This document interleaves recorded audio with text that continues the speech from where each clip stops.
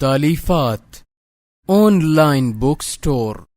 مقالات حکیم الامت مجدد الملت حضرت مولانا محمد اشرف علی تھانوی رحمۃ اللہ علیہ۔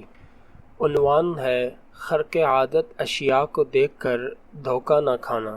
حضرت ابو سعید خدری رضی اللہ تعالیٰ عنہ سے روایت ہے کہ رسول اللہ صلی اللہ علیہ وسلم نے ارشاد فرمایا کہ دجال آئے گا، اور اسی حدیث میں ہے کہ پھر دجال کہے گا کہ بتلاؤ تو اگر میں اس شخص کو قتل کر دوں پھر اس کو زندہ کر دوں تو کیا تم میرے معاملے میں شبہ کرو گے؟ یعنی میں جو خدائی کا دعویٰ کر رہا ہوں کیا تمہیں اس میں کوئی شبہ باقی رہے گا اگر میں شخص کو قتل کر کے اس کو دوبارہ زندہ کر دوں؟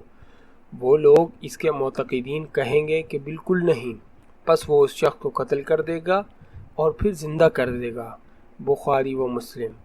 حضرت تھانوی رحمۃ اللہ علیہ اس پر فائدہ لکھتے ہیں کہ اکثر عام لوگ خوارق، کرامات اور قدرت کے برخلاف امور کو ولایت کی علامت سمجھ لیتے ہیں۔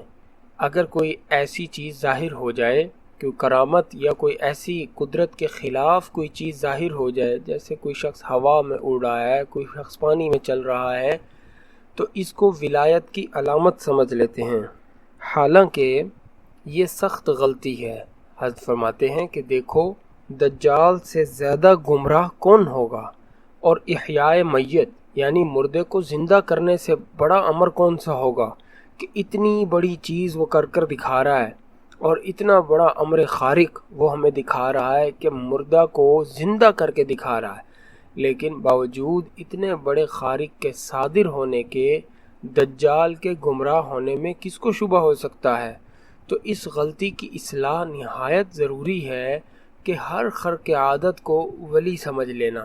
کسی بھی شخص سے کوئی ایسا کام ظاہر ہو جائے جو عام انسان نہیں کر سکتے تو یہ سمجھ لیا جاتا ہے کہ وہ ولی ہے۔ یہ بھی ہو سکتا ہے کہ وہ ولی ہو، لیکن اس چیز کو ولایت کی علامت نہیں سمجھا جائے گا کہ وہ ہوا میں اڑ کر دکھا رہا ہے یا پانی پر چل کر دکھا رہا ہے۔ اس غلطی کی اصلاح نہایت ضروری ہے۔ واللہ عالم۔ اللہ تعالی ہمیں اس پر عمل کرنے کی توفیق عطا فرمائے۔ آمین۔